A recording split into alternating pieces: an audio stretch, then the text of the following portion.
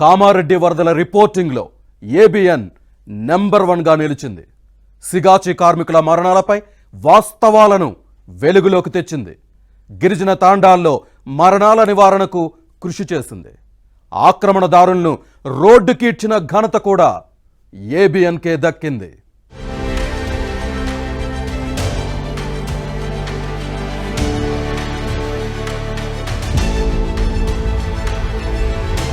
కొమరం భీం జిల్లాలో వరుస మరణాలతో భయపడి గిరిజన కుటుంబాలు గ్రామాన్ని వదిలేసి మరో చోటుకి వెళ్లడంపై ఏబిఎన్ ఆంధ్రజ్యోతి ప్రసారం చేసిన కథనానికి పోలీసులు స్పందించారు.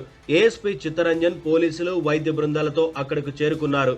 కనీసం రహదారి కూడా సరిగ్గా లేని ఏజెన్సీ ప్రాంతాలు కావడంతో బైక్పై పర్యటించారు. తిర్యాని మండలం సమతులగుండం గ్రామంలో కొద్ది నెలల క్రితం ఒకే కుటుంబానికి చెందిన 4 చనిపోయారు. దీంతో తమ గ్రామానికి ఏదో కీడు పట్టిందని భయపడి జనం ఇళ్లను ఖాళీ చేశారు. సమీపంలో ఉన్న లింగాపూర్ మండలం భీమన్గొంది శివారులో తలదాచుకున్నారు. ఆ విషయాన్ని ఏబిఎన్ వెలుగులోకి తెచ్చింది. దాంతో అధికారులు వైద్య పరీక్షలు నిర్వహించారు. మందులు, నిత్యావసర సరుకులు పంపిణీ చేశారు. మూఢనమ్మకాలతో భయపడవద్దని, సమస్యలు ఉంటే తమ దృష్టికి తీసుకురావాలని సూచించారు. తిరిగి గ్రామానికి రావాలని పిలుపునిచ్చారు.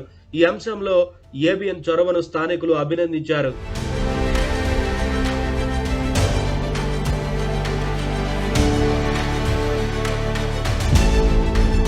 ఉమ్మడి మహబూబ్ నగర్ జిల్లా ప్రజలకు ఏబిఎన్ అంటే ప్రాణం. అక్కడ ఏ వార్త అయినా ఏబిఎన్ ముందే ఇస్తుందన్న విశ్వాసం వారికి ఉంది. ప్రభుత్వానికి, ప్రజలకు ఏబిఎన్ వారధిగా నిలుస్తుందని జనం విశ్వసిస్తారు. ఇక శ్రీశైలం ఎడమగట్టు భూగర్భ విద్యుత్ కేంద్రంలో నీరు లీకేజీ వ్యవహారాన్ని తొట్టతొలిగా ఏబిఎన్ వెలుగులోకి తెచ్చింది. 1వ యూనిట్ డ్రాఫ్ట్ ట్యూబ్ 0 ఫ్లోర్ నుంచి ఈ లీకేజీ జరుగుతున్నట్లు గుర్తించారు. నెల రోజులకు పైగా లీకేజీ కొనసాగిన తర్వాత పరిస్థితి అదుపులోకి వచ్చింది.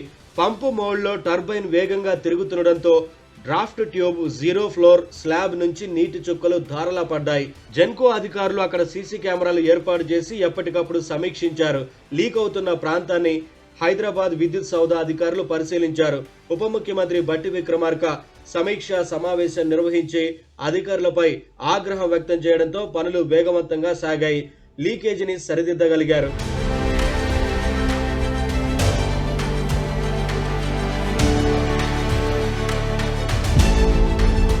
ఉమ్మడి నిజామాబాద్ జిల్లాలో అక్రమార్కులు, ఆక్రమణదారులకు ఏబిఎన్ సింహ స్వప్నంగా మారింది. ఈ ఏడాది మార్చిలో బాన్సువాడ మండలం సోమేశ్వర్ శివారులో ప్రభుత్వ స్థలాలను ఆక్రమించి అక్రమంగా సాగుతున్న కంకర క్వారీపై ఏబిఎన్ కథనం ప్రకంపనలు రేపింది. బీఆర్ఎస్, కాంగ్రెస్ నేతల ప్రమేయాలపై ఏబిఎన్ సాక్ష్యాధారాలను ప్రసారం చేసింది. దాంతో స్పందించిన మైనింగ్ అధికారులు క్వారీ సీజ్ చేశారు. బాన్సువాడ ప్రాంతంలో కల్తీ కల్లు మాఫియాపై ఏబిఎన్ యుద్ధం ప్రకటించింది. కల్తీ కల్లు తాగి 100 మందికి పైగా అస్వస్థతకు గురయ్యారు. దాంతో ఎక్సైజ్ అధికారులు స్పెషల్ ఆపరేషన్ నిర్వహించి 18 మందిపై కేసులు పెట్టారు. 24 కల్లు దుకాణాలు సీజ్ చేశారు. నిజామాబాద్ సమీపంలోని బైరాపూర్ తాండాలో విష జ్వరాలు, డెంగ్యూ, టైఫాయిడ్తో మంచం పట్టిన సుమారు 300 మంది గిరిజనుల దుస్థితిపై ఏబిఎన్ గ్రౌండ్ రిపోర్ట్ ప్రసారం చేసింది. దాంతో స్పందించిన అధికారులు ప్రత్యేక హెల్త్ క్యాంపు ఏర్పాటు చేసి పారిశుద్ధ్య పనులు చేపట్టారు. కామారెడ్డి వరదలపై ఏబిఎన్ వరుస కథనాలు ప్రసారం చేసింది. నీట మురిగిన హౌసింగ్ బోర్డు కాలనీ సహా పలు ప్రాంతాలపై అప్ టు డేట్ కవరేజ్ ఇచ్చింది. ఏబిఎన్ లో వచ్చిన కన్నీటి గాథల ఆధారంగా ప్రభుత్వం సహాయక చర్యలు చేపట్టింది.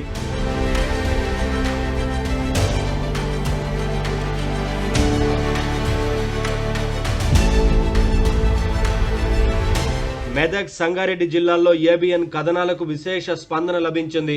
ఈ ఏడాది ఆగస్టులో మెదక్ జిల్లాలో భారీ వర్షాలు కురిశాయి.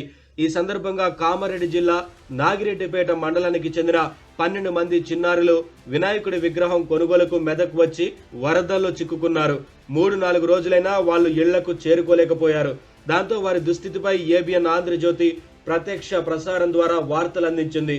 జిల్లా కలెక్టర్, కాంగ్రెస్ మాజీ ఎమ్మెల్యే మైనంపల్లి హనుమంతరావు స్పందించి వాళ్ళు ఇళ్లకు చేరే విధంగా ఏర్పాట్లు చేశారు. ఆగస్టు 29న ఆ చిన్నారులు ఇళ్లకు చేరారు. పటాన్చెరు సిగాచి ప్రమాదంలో 50 మందికి పైగా కార్మికులు చనిపోవడం అత్యంత విషాద ఘటన అయింది. రియాక్టర్ పేలడంతో ఈ దుర్ఘటన జరిగినట్లు మిగతా ఛానల్స్ ప్రసారం చేశాయి. కంపెనీ సిబ్బందితో మాట్లాడిన ఏబిఎన్ ఆ ప్రమాదానికి రియాక్టర్ పేలుడు కారణం కాదని, హీట్ వేవ్ వల్ల జరిగిందని నిగ్గు తేల్చింది. జూన్ 30న జరిగిన ఈ ఘటనపై రిపోర్టింగ్ లో ఏబిఎన్ లీడర్ గాను మిగతా ఛానల్స్ ఫాలోవర్లుగాను మిగిలిపోయాయి. గుమ్మడిదల మండలం బొంతపల్లిలో ఫార్మా పరిశ్రమలు వర్షాల మాటున విడుదల చేసిన కాలుష్య జలాలతో చెరువులో నీరు రంగు మారింది. గులాబీ రంగులోకి నీరు మారిన అంశాన్ని ఏబిఎన్ ప్రసారం చేయగా పొల్యూషన్ కంట్రోల్ బోర్డు అధికారులతో పాటు ప్రజా సంఘాలు స్పందించాయి. చెరువులో నమూనాల్ని సేకరించిన అధికారులు వాటిని ల్యాబ్కు పంపారు. ప్రస్తుతం విచారణ కొనసాగుతోంది.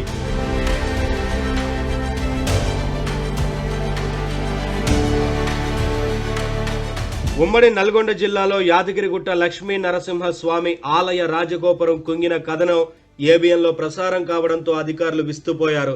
2024 నవంబర్ 7న ప్రసారమైన యాదాద్రి ఆలయానికి ఏమైంది అన్న కథనంతో వైటీడీఏ అధికారులు మరమ్మతు చేపట్టారు. ఇందిరమ్మ ఇంటి కోసం ఉన్న ఇంటిని కూల్చుకున్న రాజు అనే వ్యక్తి కథనాన్ని ఏబిఎన్ ప్రసారం చేసింది. అతనికి అండగా నిలిచింది. ఏబిఎన్ వార్తలపై స్పందించిన ఎమ్మెల్యే మందుల సామేలు ఆయనకు ఇందిరమ్మ ఇల్లు మంజూరు చేశారు.